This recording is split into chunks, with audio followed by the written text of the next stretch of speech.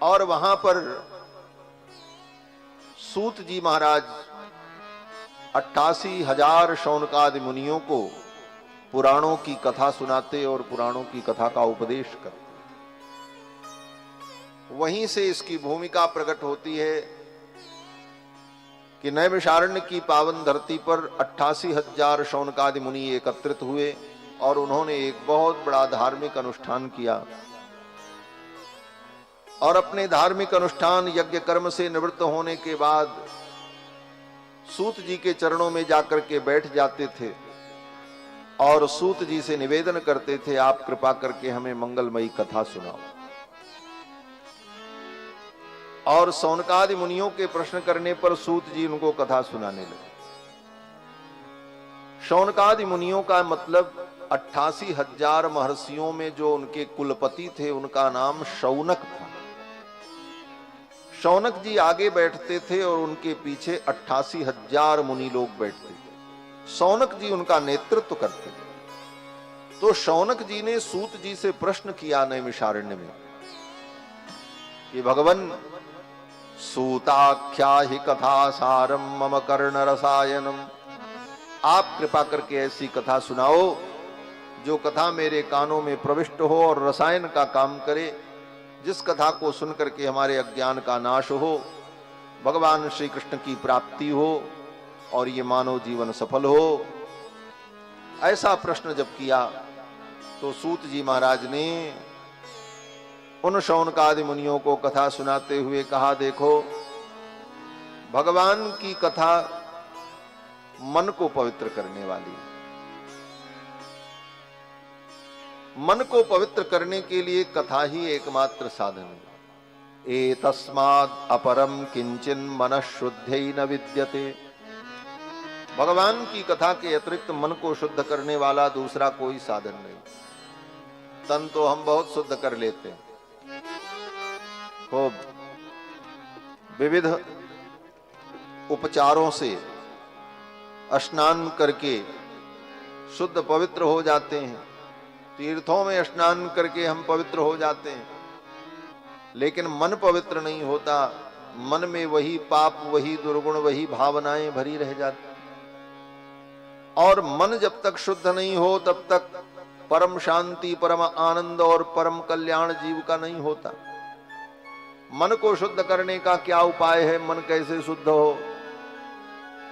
कहने के लिए तो पंक्तियां हम लोग याद कर लेते हैं और 4 लोग जब बैठते हैं तो हर व्यक्ति एक आध स्लोगन सुनाता रहता है।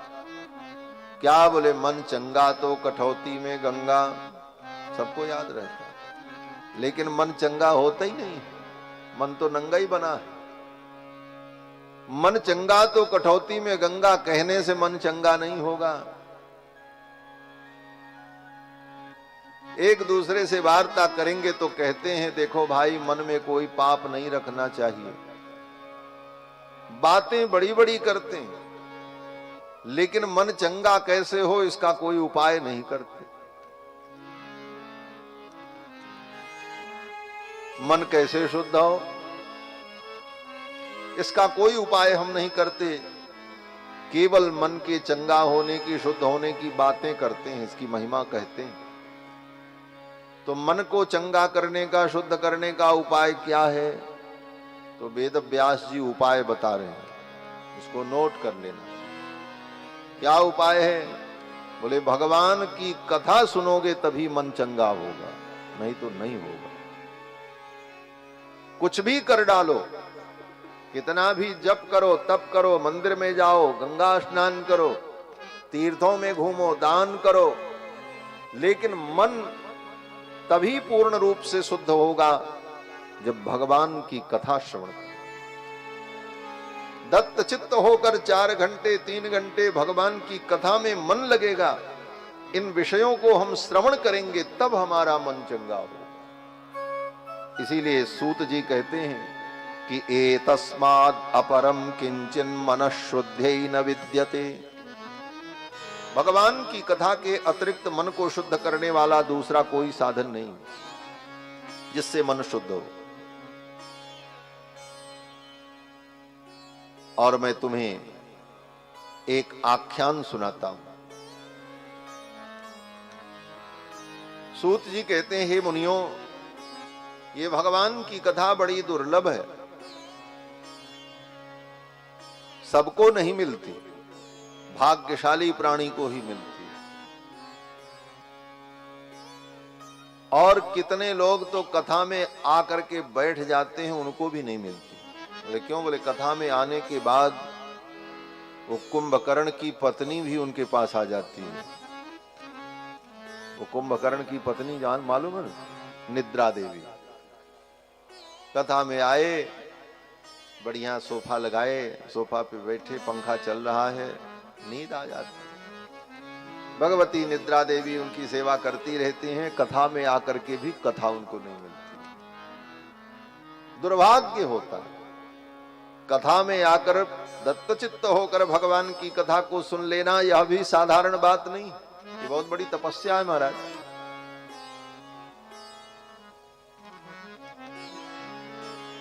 और ये कथा दुर्लभ कितनी है। सूत जी कहते हैं कि जब राजा परीक्षित गंगा के तट पर कथा सुनने बैठे और सुखदेव जी उनको कथा सुनाने जा रहे थे, ज्यों ही मंगलाचरण किया सुखदेव जी ने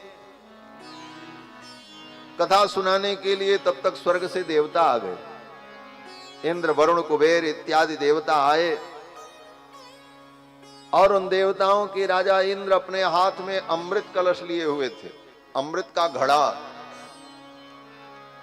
सुखदेव जी ने देखा, सुखदेव जी ने पूछा,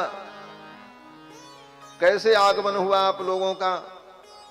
तो उन स्वर्ग के देवताओं ने कहा, हे मुनिवर, आप राजा परीक्षित को भागवत की कथा सुनाने जा रहे हैं और राजा परीक्षित आज के 7वें दिन मरेंगे, मरने के डर से भागवत की कथा सुन रहे हैं, तो हम ये स्वर्ग से अमृत लाए हैं, इनको अमृत पिला दो। और 1 चिम्मच 2 चिम्मच, 1 ड्रॉप 2 ड्रॉप नहीं, पूरा घड़ा ही भरपेट अमृत पी लें। और अमृत पी लेंगे तो ये अमर हो जाएंगे, फिर तक्षक नाग के काटने पर भी इनकी मृत्यु नहीं होगी। और जो भागवतामृत, जो कृष्ण कथामृत, जो भागवत की कथा आप इनको सुनाने जा रहे हो, वो कथा आप हमको सुना दो, क्योंकि हमारे स्वर्ग में सब कुछ मिलता है, कथा नहीं मिलती।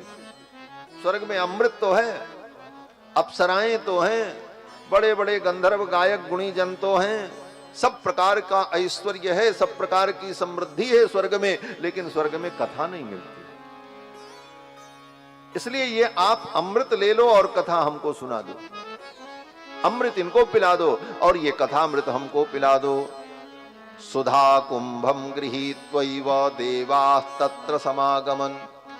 अमृत कलश लेकर के देवता लोग आए और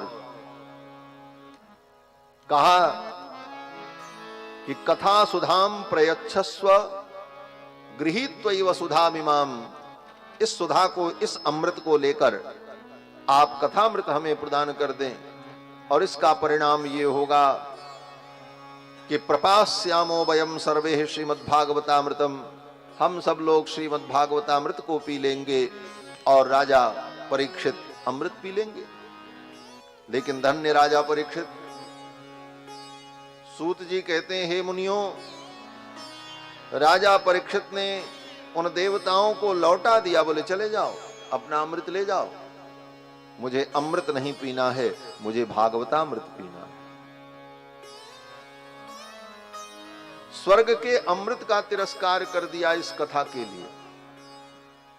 सुखदेव जी बड़े प्रसन्न हुए और फिर सुखदेव जी ने राजा परीक्षित को भागवत की कथा सुनाई। कहने का तात्पर्य कि ये कितनी दुर्लभ है। बोले स्वर्ग में देवताओं को भी ये दुर्लभ है, ये तो मृत्युलोक के प्राणियों को ही सुलभ है।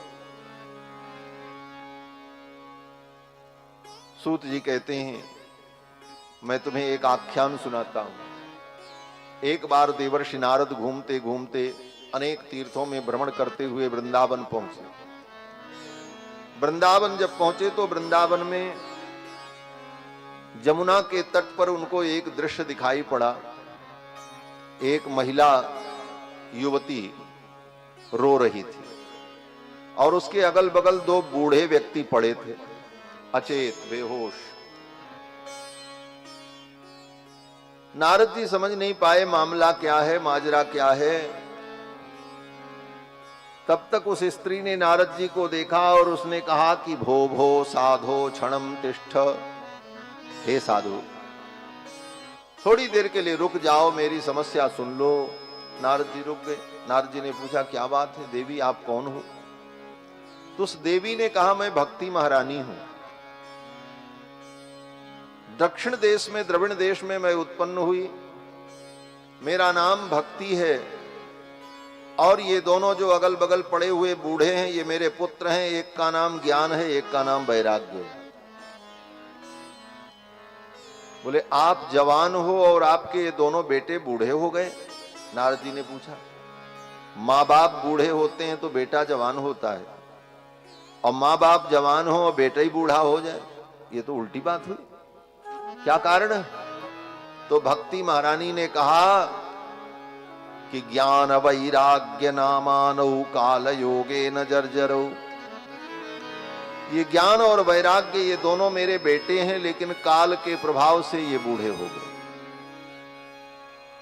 कलयुग ने इनको बूढ़ा बना दिया। ये कथा ही नहीं है, ये एक रूपक है। भक्ति के पुत्र का नाम ज्ञान और वैराग्य, भक्ति के बेटे का नाम है ज्ञान और वैराग्य। लेकिन स्थिति यह है कि भक्ति तो ठीक है, लेकिन भक्ति के पुत्र ज्ञान वैराग्य बूढ़े हो गए, पड़े हैं, असक्त। यही स्थिति हमारी और आपकी है। भक्ति तो है, भगवान के प्रति विश्वास है, श्रद्धा है, लेकिन भक्ति के पुत्र ज्ञान और वैराग्य ये दोनों बूढ़े हैं, बेकार हैं, किसी काम लायक नहीं। ना हमारे जीवन में ज्ञान दृढ़ हो पा रहा है, ना वैराग्य दृढ़ हो रहा है। भक्ति तो है, लेकिन ज्ञान वैराग्य दृढ़ नहीं है। भक्ति के पुत्र हैं ये ज्ञान वैराग्य, और दोनों बीमार हैं, अचेत हैं, बूढ़े हैं। बूढ़े होने का मतलब कुछ न करने की क्षमता। बूढ़ा व्यक्ति होता तो है लेकिन कर कुछ नहीं पाता, अर्थात कुछ करने की शक्ति न होना। यही स्थिति हमारी आपकी है। भक्ति तो हमारे आपके अंदर है, लेकिन भक्ति के पुत्र ज्ञान वैराग्य ठीक नहीं। और भक्ति रो रही है, कहां? बोले जमुना के तट पर। इसका मतलब बोले आपके अंदर भक्ति है, आपकी भक्ति आपको वृंदावन ले जाए, चित्रकूट ले जाए, अयोध्या ले जाए। लेकिन चाहे चित्रकूट जाओ, चाहे अयोध्या जाओ, चाहे मंदिर में जाओ, चाहे पहाड़ पर चले जाओ, लेकिन जब तक भक्ति के पुत्र ठीक नहीं होंगे तब तक भक्ति रोती ही रहेगी। वृंदावन में जाकर के भक्ति रो रही थी, क्योंकि उसके पुत्र ज्ञान वैराग्य बीमार थे, असक्त थे। यही स्थिति हमारी आपकी है। भक्ति है, भक्ति हमको आपको वृंदावन ले जाती है। हम आप वृंदावन जाएं, चित्रकूट जाएं, तीर्थों में जाते हैं, गंगा नहाते हैं, व्रत करते हैं, पूजा पाठ करते हैं, जगह जगह धर्म के प्रति श्रद्धा है तो मत्था टेकते हैं, लेकिन रोते भी रहते हैं। जीवन में छोटी छोटी परिस्थितियां हमें विचलित कर देती हैं। क्यों? क्योंकि ज्ञान नहीं है। क्यों? बोले वैराग्य नहीं। ज्ञान और वैराग्य दृढ़ न होने के कारण छोटी छोटी बातों में हम रोते हैं, दुखी होते हैं। भक्ति करते हैं, लेकिन घर में एक व्यक्ति बीमार हो जाए बोले तो फिर आंखों में आंसू बहाते हैं। क्यों? बोले ज्ञान नहीं। अरे ज्ञान है तो विचार करो, रोग है तो रोग का उपचार करो। संसार में दुख सुख लगा रहेगा, इसमें विचलित होने की आवश्यकता नहीं है। यहां बड़े बड़े राजा महाराजा आए, वो भी बीमार हुए, उनकी दवा हुई, बचना था बच गए, मरना था मर गए। सत्य यही है। इस सत्य को समझना पड़ेगा। प्रयास करो, लेकिन मोह में मत पड़ो। ये ज्ञान पैदा करना होगा, ये ज्ञान पैदा होगा, ये वैराग्य पैदा होगा, तब भक्ति में भी आनंद आएगा। नहीं तो भक्ति भी केवल व्यवसाय बन जाती है। आजकल भक्ति भी व्यवसाय है।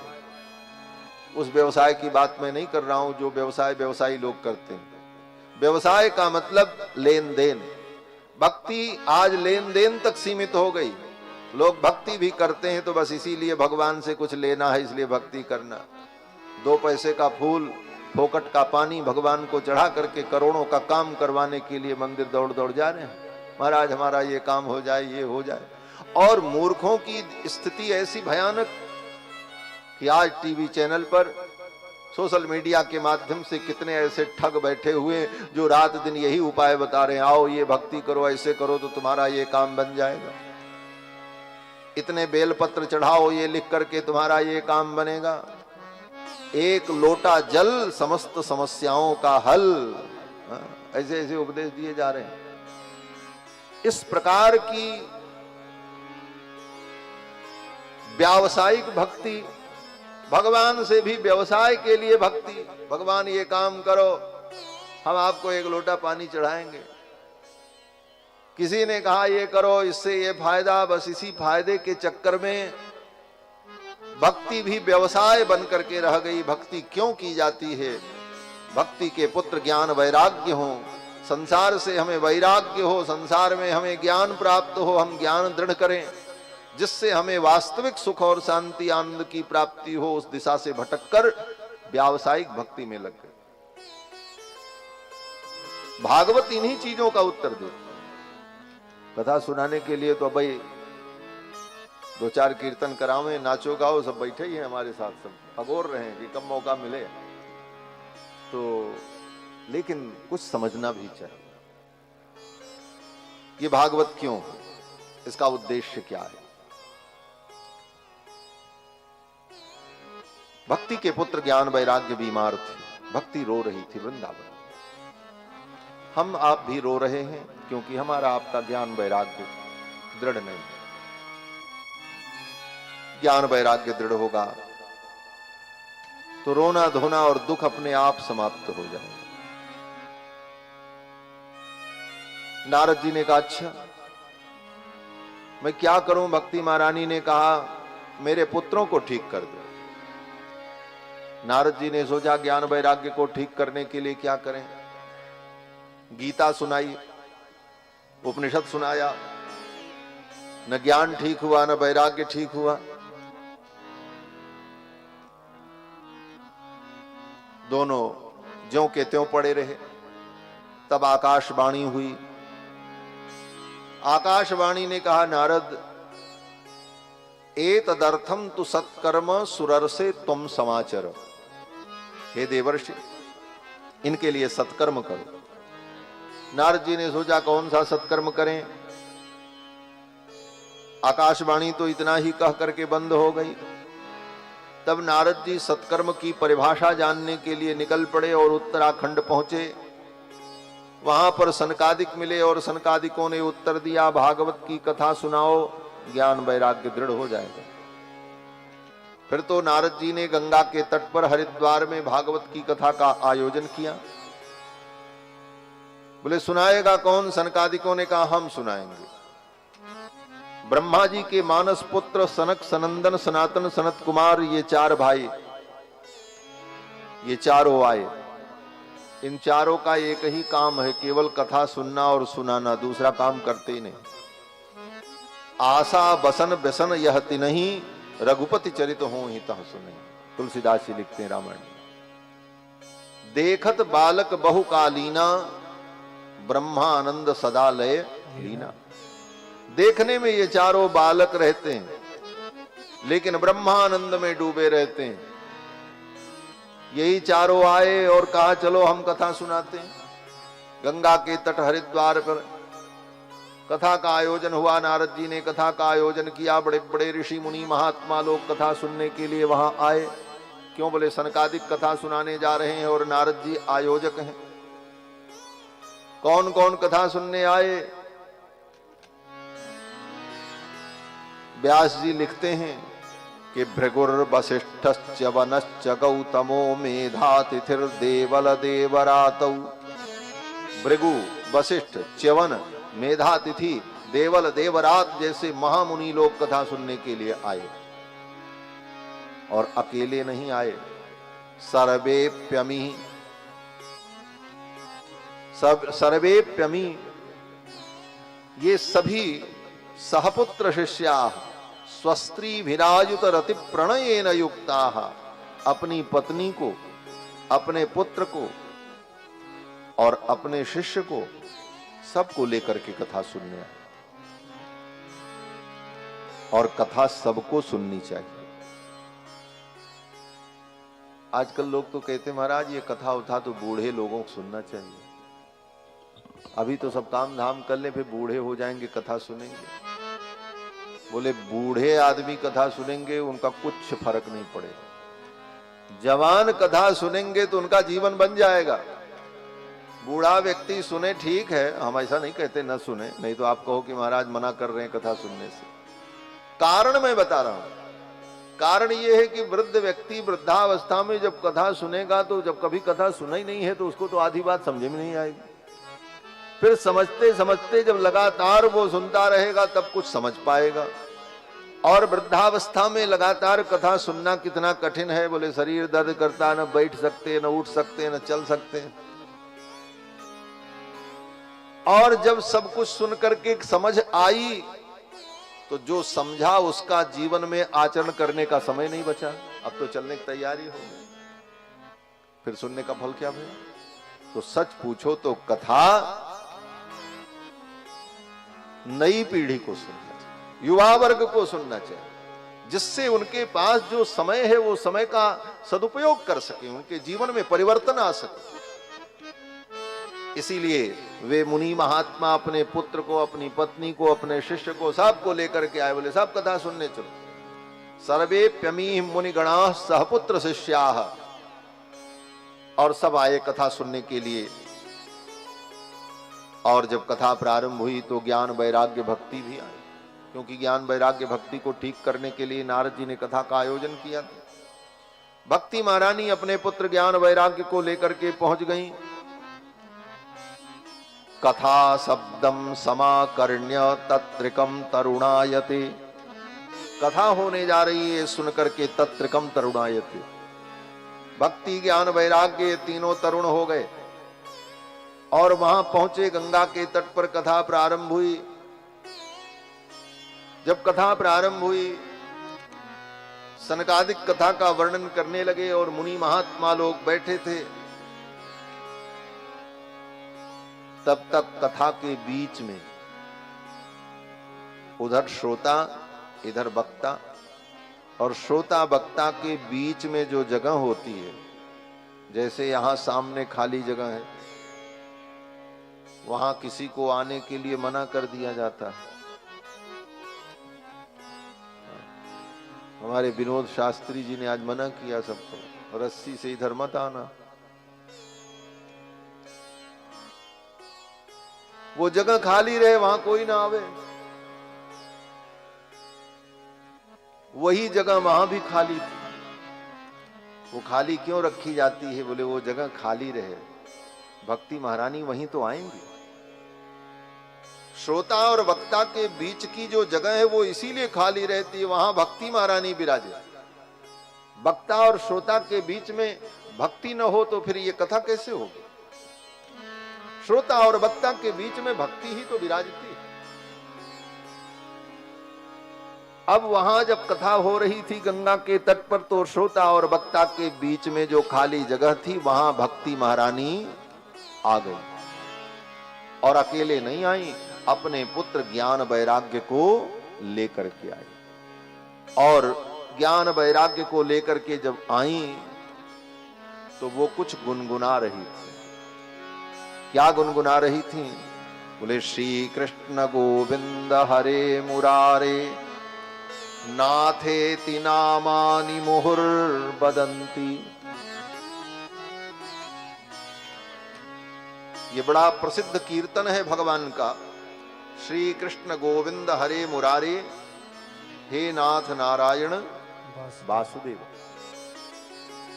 यही कीर्तन करती हुई भक्ति महारानी वहां पर कथा के मध्य में आ गई, अपने पुत्र ज्ञान वैराग्य को लेकर। भक्ति सुतौ तौ तरुणौ गृहीत्वा प्रेमैक रूपा सहसा विरासीत। प्रेम स्वरूपा भक्ति महारानी अपने दोनों पुत्र ज्ञान वैराग्य को लेकर तत्रा विरासीत, हरिद्वार में जहां वो कथा चल रही थी वहां श्रोता वक्ता के बीच में भक्ति महारानी प्रकट हो गई और वो भक्ति महारानी कुछ गुनगुना रही थी। श्री कृष्ण गोविंद हरे मुरारे नाथेति नामानि मुहुर्वदन्ति। यही कीर्तन करती हुई भक्ति महारानी आ गई। श्री कृष्ण गोविंद हरे मुरारे हे नाथ नारायण वासुदेव। और जब कीर्तन करती हुई श्रोता और वक्ता के मध्य में भक्ति महारानी प्रकट हो गई अपने पुत्रों को लेकर, तब लोगों का ध्यान गया। तो लोगों ने देखा, सबने कहा अरे भक्ति महारानी कहां से आई, किधर से आई। इधर से आती तो वक्ता को दिखाई पड़ती कि देखो उधर से आ रही हैं, और इधर से आती तो श्रोता को दिखाई पड़ती इधर से आई है। अगल बगल से आती तो वक्ता श्रोता दोनों को दिखाई पड़ते, लेकिन कोई नहीं समझ पाया कि ये भक्ति महारानी यहां कैसे आ गई। तो सबने प्रश्न किया, कथम प्रविष्टा कथमागतेयम। सनकादिक जो कथा सुना रहे थे उन्हीं से प्रश्न किया, कथम प्रविष्टा, ये कहां से प्रविष्ट हुई, किधर से आई। कथमागतेयम, कैसे आ गई, और वो भी मुनियों के मध्य में। मध्ये मुनीनाम इति तर्कयन्तः, मुनियों के मध्य में ये कैसे आ गई। तो इसका उत्तर दिया सनकादिकों ने। ऊचुक कुमाराह, सनक सनंदन सनातन सनत कुमार ब्रह्मा जी के मानस पुत्रों ने उत्तर दिया कि देखो ये कहीं से आई नहीं है। तब बोले इसी कथा के अंदर से इनका प्रादुर्भाव हुआ है। भक्ति महारानी इसी कथा से प्रकट हुई हैं। कथार्थतो निष्पतिता धुनेयम, अभी अभी इसी कथा के द्वारा इनका प्रादुर्भाव हुआ है। और कहां हुआ, बोले मुनियों के मध्य में हुआ। ये भक्ति का प्रादुर्भाव कहां होता है, बोले मुनियों के मध्य में होता है। मुनि किसे कहते हैं,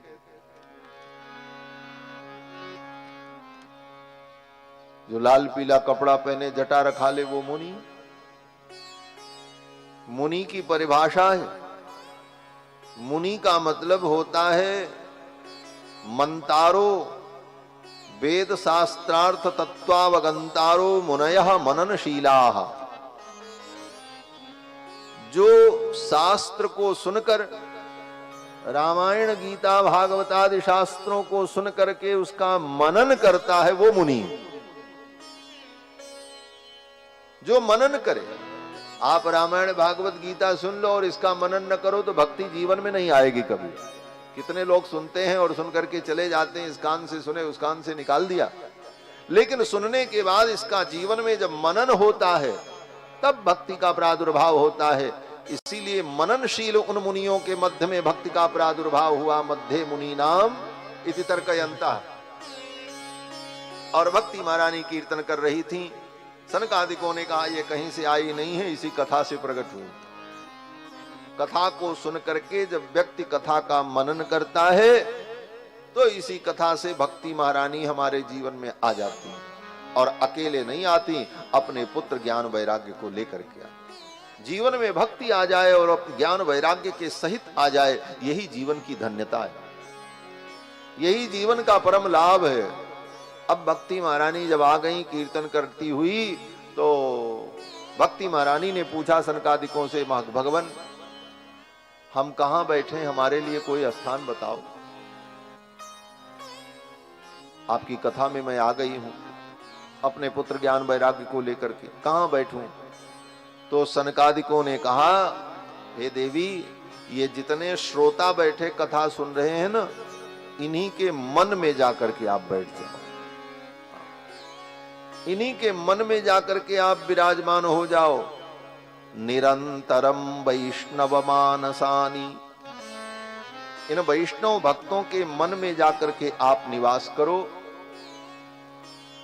और इनके मन में विराजमान हो जाओ। फिर भक्ति महारानी अपने पुत्र ज्ञान वैराग्य को लेकर अंतर्धान हुई और जितने श्रोता थे उनके मन में जाकर के बैठ गए।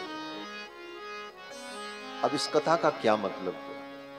इस कथा का यही मतलब हुआ कि आप भगवान की कथा दत्तचित्त होकर के सुनोगे, इसका मनन करोगे तो भक्ति महारानी आती हुई दिखाई तो नहीं पड़ेंगी, किधर से आई?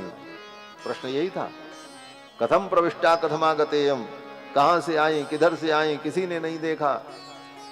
आप अगर कथा श्रवण करते हो और इन कथाओं का मनन करते हो तो आपके जीवन में भक्ति आ जाएगी, आपके हृदय में भक्ति आ जाएगी अपने पुत्र ज्ञान वैराग्य को लेकर के। लेकिन कब आई, कैसे आई, ये आपको भी नहीं पता चलेगा और आपके जीवन में भक्ति महारानी का आगमन हो जाए, भक्ति का प्रादुर्भाव हो जाए। इसीलिए ये कथा, इसीलिए इसे श्रवण किया जाता है। तो भक्ति महारानी कीर्तन करने लगी, श्री कृष्ण गोविंद हरे मुरारी, नारायण वासुदेवा। श्री कृष्ण गोविंद हरे मुरारी,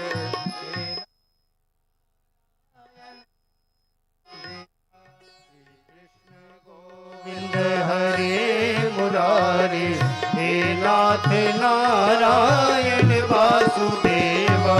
श्री कृष्ण गोविंद हरे मुरारी, हे नाथ नारायण वासुदेवा। श्री कृष्ण गोविंद हरे मुरारी, हे नाथ नारायण वासुदेवा। श्री कृष्ण गोविंद हरे मुरारी, हे नाथ नारायण वासुदेवा। हे नाथ नारायण वासुदेवा, हे नाथ नारायण वासुदेवा। हे नाथ नारायण वासुदेवा, हे नाथ नारायण वासुदेवा। हे नाथ नारायण वासुदेवा, हे नाथ नारायण वासुदेवा। हे नाथ नारायण वासुदेवा, हे नाथ नारायण वासुदेवा। श्री कृष्ण गोविंद हरे मुरारी, हे नाथ नारायण वासुदेवा। कृष्ण गोविंद हरे मुरारी, हे नाथ नारायण वासुदेवा। श्री कृष्ण गोविंद हरे मुरारी, हे नाथ नारायण वासुदेवा। कृष्ण गोविंद हरे मुरारी, हे नाथ नारायण वासुदेवा। हे नाथ नारायण वासुदेवा, हे नाथ नारायण वासुदेवा। हे नाथ नारायण वासुदेवा, हे नाथ नारायण वासुदेवा। हे कृष्ण गोविंद हरे मुरारी, हे नाथ नारायण वासुदेवा। कृष्ण गोविंद हरे मुरारी, हे नाथ नारायण वासुदेवा। कृष्ण गोविंद हरे मुरारी, हे नाथ नारायण वासुदेवा। श्री कृष्ण गोविंद हरे मुरारी, हे नाथ नारायण वासुदेवा। श्री कृष्ण गोविंद हरे मुरारी, हे नाथ नारायण वासुदेवा। श्री कृष्ण गोविंद हरे मुरारी, हे नाथ नारायण वासुदेवा। श्री कृष्ण गोविंद हरे मुरारी, हे नाथ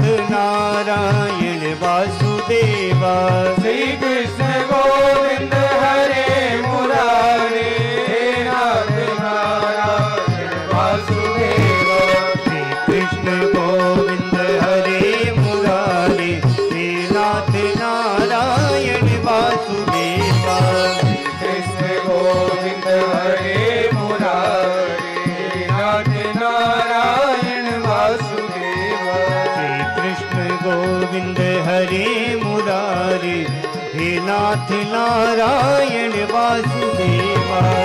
कृष्ण गोविंद हरे मुरारी हे नाथ नारायण वासुदेव। राधे कृष्णा राधे कृष्णा राधे राधे राधे कृष्णा राधे कृष्णा राधे कृष्णा राधे राधे राधे कृष्ण राधे कृष्णा राधे कृष्णा राधे राधे राधे कृष्णा राधे कृष्णा राधे कृष्ण राधे राधे राधे कृष्ण राधे कृष्णा राधे कृष्णा राधे राधे राधे कृष्णा राधे राधे कृष्ण राधे कृष्ण राधे राधे राधे कृष्ण राधे कृष्णा राधे कृष्णा राधे राधे राधे कृष्णा राधे कृष्ण राधे कृष्ण राधे राधे राधे कृष्ण राधे कृष्णा राधे कृष्णा राधे राधे राधे कृष्णा राधे कृष्ण राधे कृष्ण राधे राधे राधे कृष्ण राधे कृष्णा राधे कृष्णा राधे राधे राधे कृष्णा राधे कृष्णा राधे कृष्ण राधे राधे राधे कृष्ण राधे कृष्णा राधे कृष्णा राधे राधे राधे कृष्णा राधे कृष्णा राधे राधे राधे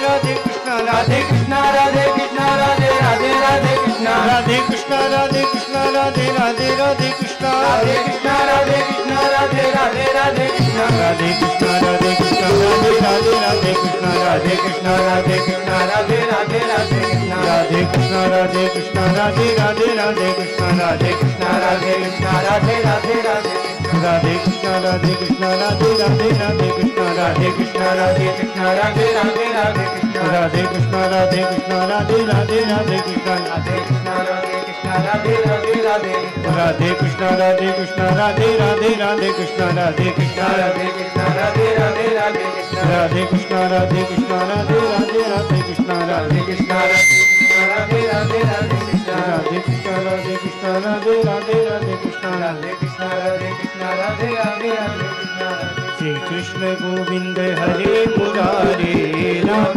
नारायण वासुदेवा। कृष्ण गोविंद हरे मुरारी हे नाथ नारायण वासुदेव हे नाथ नारायण वासुदेवा।